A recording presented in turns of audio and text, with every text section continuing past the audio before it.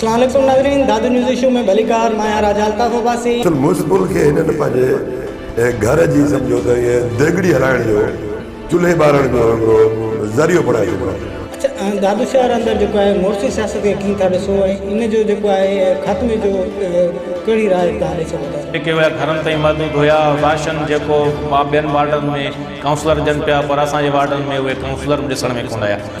मुल्क में वधंदड़ जेकी महांगाई आहे उन मां आवाम खे रिलीफ कीअं मिलंदो? मां तव्हांखे इहो ॿुधायां त जेको नओं उमेदवार बीहे थो या ख़ासि तौर ते आज़ादु उमेदवार जेको बीहे थो, वधि में वधि उनखे प्रेशर विधो वेंदो आहे।